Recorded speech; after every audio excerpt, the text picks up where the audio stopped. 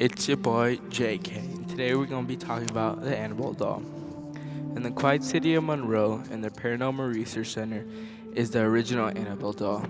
Tony Spera, also known as the son-in-law of the paranormal seekers Ed and Lorraine Warren, is a curator of the Paranormal Research Center. The original story is the Annabelle doll was given to a Hartford nurse for her 28th birthday in 1970. Originally, the nurse was really into dolls, so she took care of it as if it was her own daughter. In the original Annabelle doll, you can see that on her wrist she has a gold bracelet.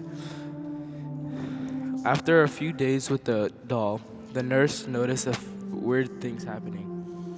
For example, one day, the nurse and her roommate woke up with a piece of parchment paper written, "Help me," in pencil.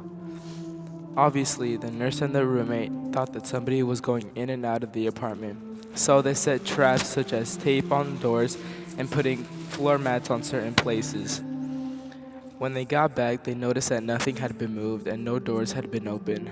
Nothing would move in the apartment except the doll.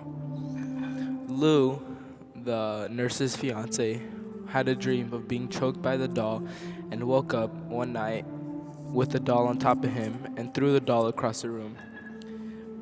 When he saw what the doll had done on his chest, he was very frightened. The doll had created 4 slash marks on the chest and 3 on the stomach, with blood coming out. Anne and Lorraine Warren were called to perform an exorcism on the doll. Instead of performing an exorcism, Ed Warren confiscated the doll, and it is now. Later that day, they had a priest come in and bless the doll in the case they were putting her in. But before they went down, Ed had told the priest that he shall not touch the doll with any skin or contact because you shall be cursed and bad things will happen. So as they walk down, Ed is talking to him more about the doll. Then as the priest looks at the doll, he quickly walks over to the doll, grabs the doll, and throws it across the room, as did the man when he woke up. He throws the doll, and he walks over to the doll, and he proclaims to the doll that God is more powerful than any devil or demon on this earth. After this, Ed walks over to him and tells the priest that he must go. That night, as the priest was driving back to the rectory, well, he never made it to back. He had almost went head-on with a tractor trailer with his new car, but somehow he did not die. He came back to Ed and told him on his way home that night, the last thing that he saw was the doll's face when he looked back in the rearview mirror, and then he lost control. Another man drove to the museum to see the doll on his motorcycle.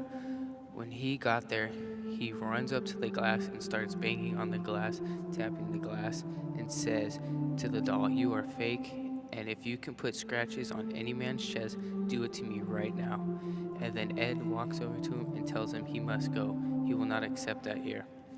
So later that day, he is driving home. 3 hours later, they had made many offers, some for even $1 million for the doll. But Ed had told him no, it would be very unresponsible of him to give them the doll because they would be cursed and they could be killed. So many people heard of this and they started to make movies about it. As you may know, it was featured in The Conjuring at the very beginning. In many years past, they have came out with Annabelle stories about how the doll was made. Recently, Annabelle Creation has came out. People use this doll to make money and tell the stories of what they think happened with the doll when it was made and created.